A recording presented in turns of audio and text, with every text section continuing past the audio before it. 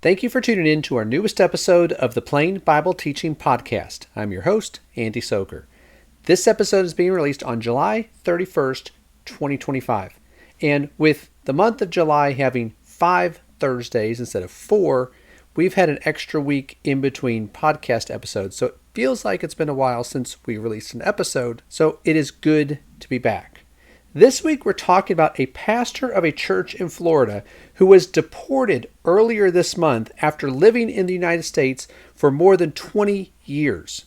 Many are not happy with the current administration's effort to deport those who are in the country illegally. And so the plight of this man and his family is being used by those who oppose the enforcement of immigration law in order to generate sympathy for their cause. But there are some lessons that we can learn from this story, and we're going to consider these in our episode today.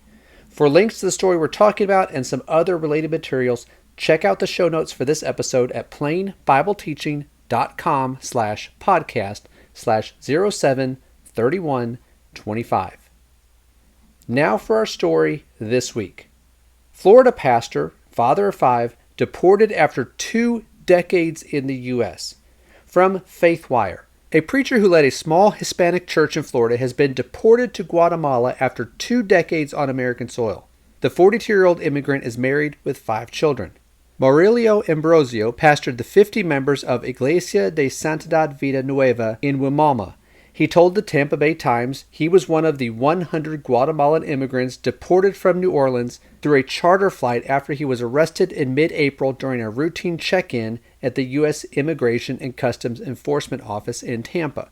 Ambrosio, who entered the U.S. illegally after fleeing his home in Guatemala when he was just 15 years old, lived in Florida for more than 20 years.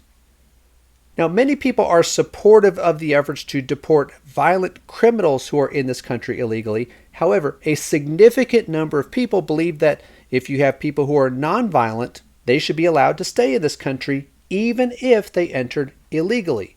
And so for these people, it seems especially unfair for this man, who is a pastor and a father of 5, to be arrested and deported while his wife and family, who are American citizens, remain in this country.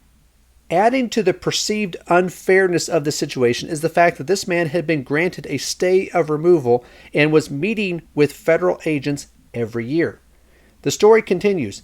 The minister was allowed to remain in the U.S. because of a stay of removal, which required him to meet annually with federal agents and refrain from committing any crimes. With his wife, Ambrosio has 5 children ranging in age from 12 to 19, all of whom are American citizens. A representative for ICE said Ambrosio was removed because he entered the country illegally. So despite these annual meetings, this man was arrested in April and deported early this month, leaving behind his wife and 5 children. And notice what his wife said. During a May interview with NPR, Ambrosio's wife, Marlene, said that for their children, it felt like their world ended when Ambrosio was deported. How are we going to eat? She asked rhetorically. How are we going to pay bills? Now, this is definitely a sad situation for her and the children. Of course, it is for him as well. However, as we try to think through this issue from a biblical perspective, we cannot allow our emotions to overrule the principles and instructions found in the Word of God. So, what are some lessons we can learn from this situation? Well, number 1, enforcing immigration law is part of God's role for civil authorities. I wrote about this last month over on Substack, and I'll link to that article in the show notes. But God has given civil authorities a particular role. They are to punish evildoers and protect the innocent.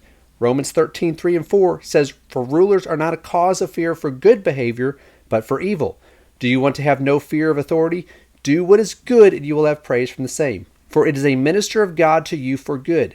But if you do what is evil, be afraid. For it does not bear the sword for nothing.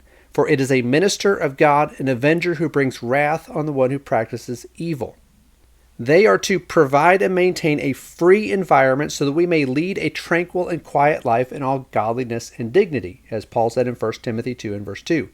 This would necessarily require some type of military presence to protect from invaders, and then also law enforcement to keep the peace.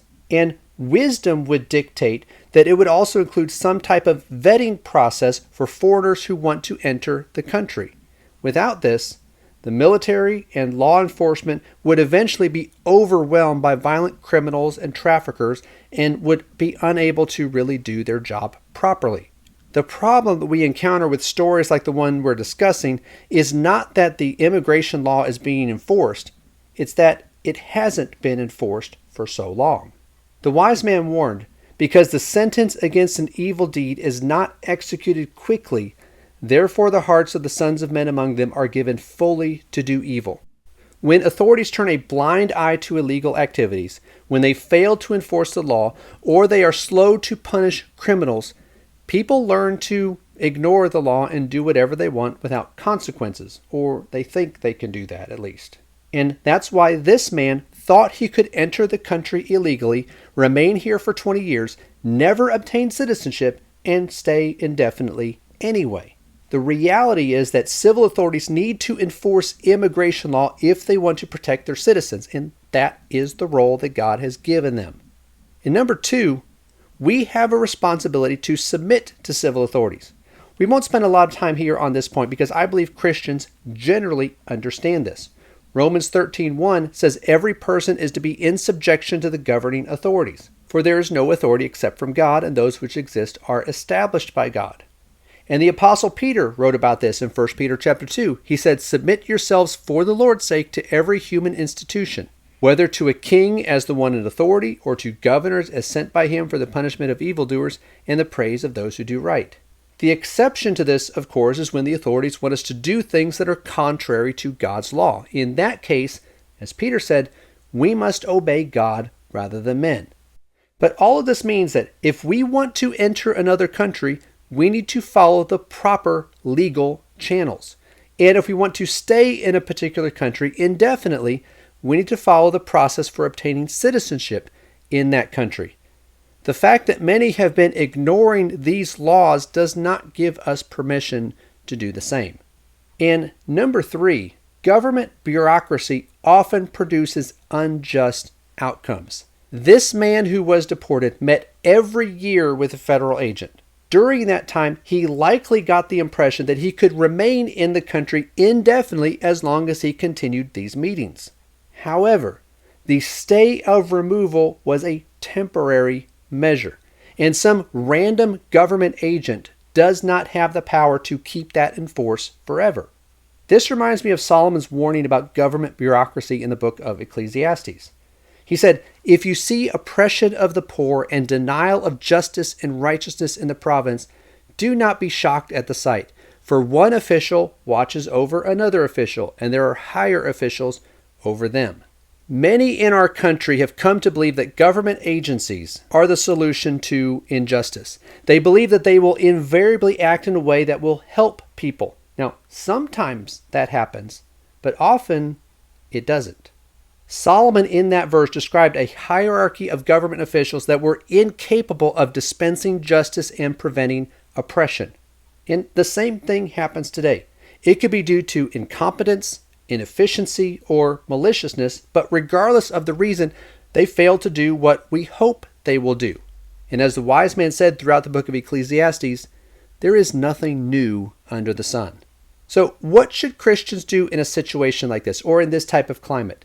Well, number 1, we should encourage those who are breaking the law or have broken the law to follow the law.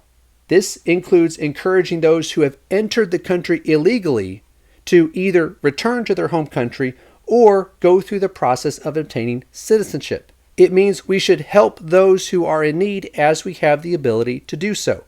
This man is responsible for providing for his family. But despite being in this country for more than 20 years, he never made arrangements to obtain citizenship so he could remain in this country and continue to provide for his family. Now, they are likely going to be in need of some help, particularly from their brethren and family members, those that are close to them. But these type of situations will often mean someone or some family will be in need, and if we have the opportunity and we have that contact with them, we may need to step in and help. And number 3, we should remember that it is foolish to put our trust in civil authorities. For over 20 years, it seemed that this man was given the impression that he could live in this country indefinitely as long as he continued to show up for these annual meetings. And these federal agents that he was meeting with may have given him that impression. So instead of applying for citizenship, he decided to push his luck and assume that that stay of removal, which is temporary, would allow him to remain in the country indefinitely. We need to follow the laws of the land as long as they don't violate God's law, and not think that we can ignore these laws because some government official or federal agent gave us the impression that we could ignore them. So in summary, it is easy to feel sympathy for those who are involved in this situation. However, civil authorities should still be expected to enforce immigration law in order to protect its citizens. That is what God intended. That's the role that He gave them. And those who reside in the country should be expected to follow its laws, unless, of course, they violate God's law. And even if some government agent gives us the impression that we can ignore a particular law, that does not mean that it is safe to do that. We need to follow God's instructions regarding our responsibility to submit to civil authorities, not trust some bureaucrat who says or implies that we are safe to disregard the law. So that's all for this week. Thank you for listening to the Plain Bible Teaching Podcast. Hope you found this discussion to be helpful. For links to the story we talked about and some other related materials, check out the show notes for this episode at plainbibleteaching.com/podcast/073125. If you have a moment to rate and review the podcast or share it with others, that is always appreciated. Also, if you're listening to this, remember that we also upload video versions of the podcast to the Plain Bible Teaching YouTube channel. So if you prefer to watch this on video, that option is there for you.